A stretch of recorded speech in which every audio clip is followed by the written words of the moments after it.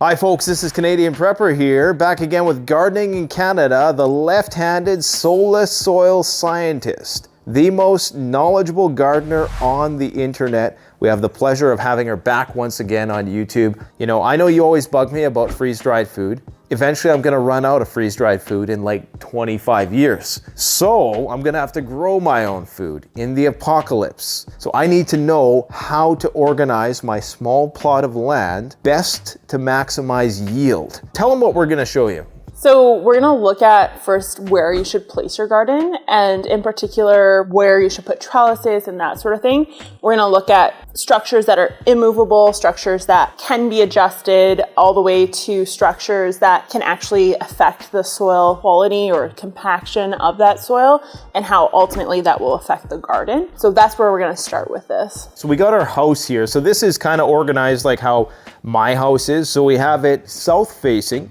So we got the sun here, and the sun's arc throughout the day is like that, I suppose, depending on where you are oriented in the universe. Now, we have 3 plots of land. Most people, you know, you have your front yard, your backyard, but we just have these here to show you what the ideal situation would be. So your yard is obviously going to be a lot different than this, but the principles that she's going to tell you today are very important when trying to organize to maximize the yield. So the first thing we want to look at is immovable structures, because those are going to ultimately affect wind movement and the sun movement through our yard. So immovable structures would be your house or your garage. Immovable structures that are solid and are going to fully block light could be things like fences, sheds, decks, etc. and so forth. Structures that will block light now and potentially in the future would be things like trees and bush. So those you want to make sure that they're either trimmed back or that you're removing them in the event that they will become too tall. Or so you consider that like a movable structure then? I so we have do. our immovable and our movable. Yeah, so for example, my yard is incredibly shaded. I've got 2 really big maple trees that I actually get maple syrup off of. I trim them. I have to trim them away and adjust them because they do block sun from my yard. And so you have to think about that. Once we know we can trim this and we have what's immovable, we can then determine placement or general placement of the garden. So if we know that the sun is here in the morning, so we would call this morning sun, and that would be evening sun. Our ideal sun capture would be about 6 to 8 hours is considered full sun. Less than 6 hours is considered shade or lower sun plants. If we know our sun is up around 6 a.m., we want to capture sun at least until noon, but the sun at 6 a.m. is not that strong. So ideally, we're capturing sun from 10 a.m. up until, early evening. Now, if this is butting up against the house, obviously the house is going to be shading the garden, right? Yeah. And that's why we move this back in that case. Right. And people will often say, well, I want a decorative border or a garden like outside of my house. And it doesn't always work. Or some people will sometimes shove like a garden in like the back corner and they'll be like, oh yeah, I've got space here. I'll put one here. Again, it might look good or aesthetically pleasing to shove your garden in the back corner, but it's just not going to produce. You're going to get frustrated and you're going to quit. And that's not our goal at all. We want you to succeed at this, which is why we want to put it in an optimal position for lighting and air and all that sort of stuff, right? So wouldn't ideally though, the garden be in the front? Like the house would be up here and the garden would be in front, so we'd get full sunlight all day. You would think that, but that's not always the case. So my house is got a space that's got a flower bed right in front of the house. I've got concrete here. I have stone going this way. I have the foundation of the home and a small little porch. So it's a little bed completely surrounded by a concrete facing south. So that bed gets a ton of sun and is really hot. And so nothing really grows there. All that can really grow there are sedum and chicks and hens, more cacti type plants because it's too dry and it's too hot. So your yard will have a wide variety of microclimates within it. So I find I can grow higher zone plants, maybe even zone 4 plants in my front yard. But my backyard, I have to stay within my zone because it is so cool. What zone would that be? 3. Zone 3. We're in zone 3, yeah. And some of this will take trial and error. It's going to take time to figure out how this works. Don't expect to plant a garden the minute stuff goes down in the world and succeed. Gardens can take up to 3 years to even give you any sort of good harvest from it. Yeah. And that's just a rule of thumb. It doesn't matter if you're an absolute veteran at gardening or a beginner, it takes, I find, around 3 years. Can you mitigate that with the type of fertilizer you use and stuff, or? It's just one of those things. So for example, last year, I established a new garden along a walkway, and I put in like premium garden soil. I built it up. It was beautiful. It didn't perform. And there's a number of different reasons for that.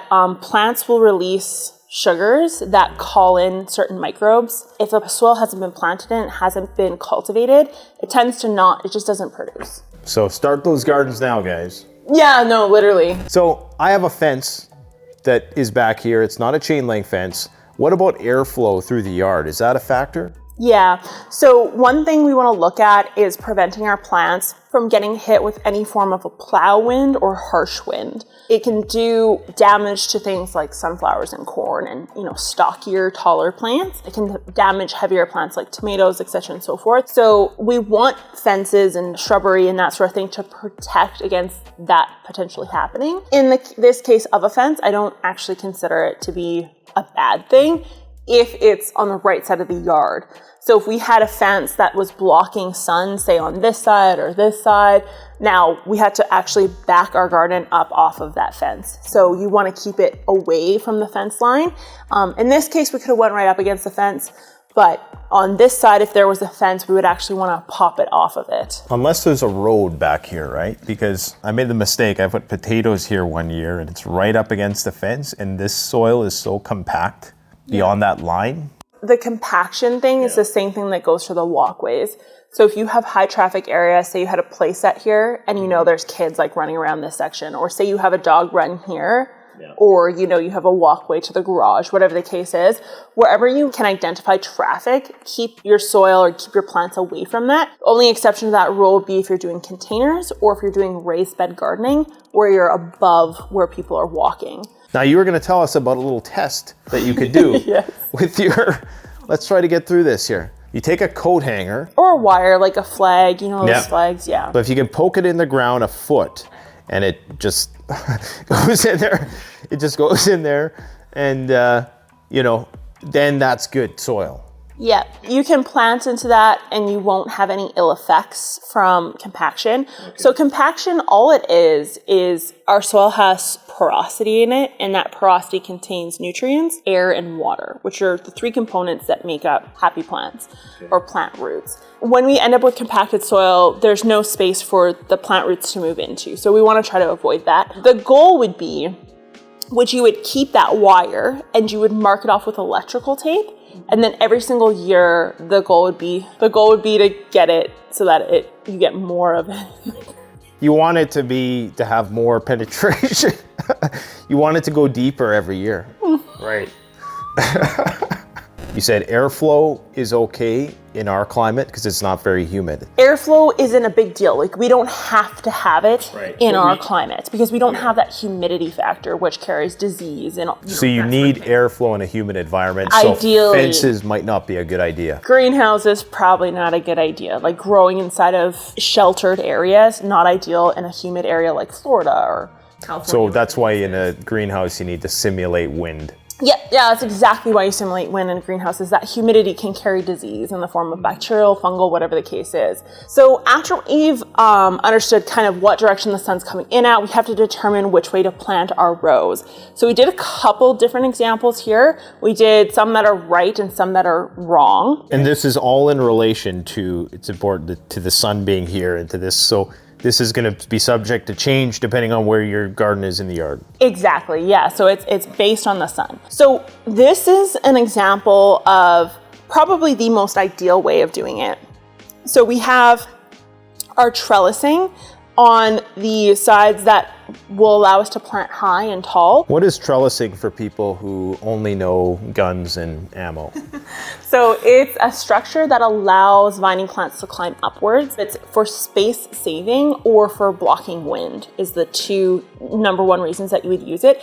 If you have this space, you don't have to trellis. You can let your vines go outwards. Yeah. If you have tomatoes or vining plants that have very snappable type stems on them and typically like to grow upwards, then I would still trellis those. Our plants are able to capture more sun because they're upright. And so now you have a wall capturing sun rather than vines and leaves kind of resting and falling on top of each other, which can block light.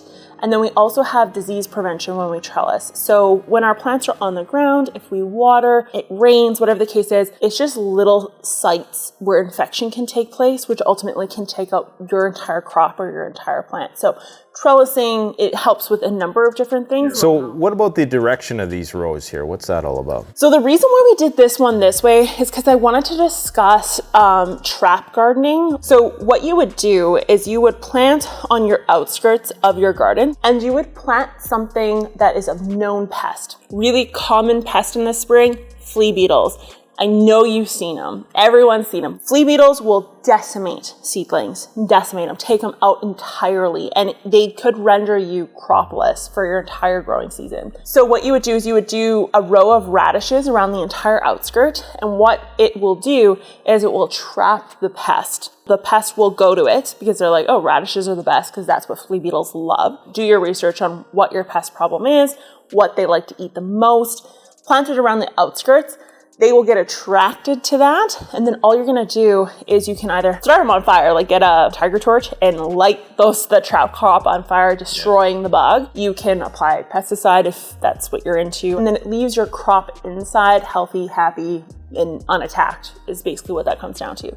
So that is one way of running this. But you're saying there's no real difference between positioning the rows perpendicular to the sun or against the sun? There is, yes. What I was talking about here are very low stout plants, and you're gonna destroy them before they turn into anything to block light, right? So when we're looking at row positioning and crops, we again have to look at the sun. So how the sun's coming into the garden. Yeah. So if the sun is coming up this way and hitting, this way is not ideal. You'd wanna be planting your rows this way. Because your sun, if it's coming in and you have tomatoes here, tomato, tomato, tomato, tomato. Yeah. This tomato is not going to get nearly as much light as this tomato. Right. And so it's going to vary your yields. It just isn't going to work well. Ideal world, sun's coming in this way. Your rows are this way. You're doing shortest at the front, tallest at the back. So just like an auditorium with the sun is the entertainer, right? How you would position to gradually go upwards. That makes perfect sense. Yep. What do we do with these trees if they're shading over the garden or this garage that's partially shading? So you're never gonna get a round shade in the city. Yeah. So you could trim this. I encourage you to watch your yard for the summer before you just go chopping stuff down, because you may notice that there's just some select branches that need to be removed and your yard will be fine. In the case of like a garage or a physical structure that's immovable, I would put more shade type vegetables in that position. So there's a number of them. You could do like lettuces and herbs. Pretty much anything that doesn't fruit or flower will do okay in a shadier spot. One way to get around shade, if you have it and you have something blocking. So for example, my house is a house and then the garage is like right here. So the house is shading into this garden a little bit, but I have sun that's hitting kind of that garage area. So one way I get around it is I have a trellis at the back, and I just have to get my plants onto the trellis. Once they hit the trellis and go up, they're capturing sun. It's just that lower portion beginning of the year, they're not capturing as much, and as soon as I get them going upwards into the sun, they're fine.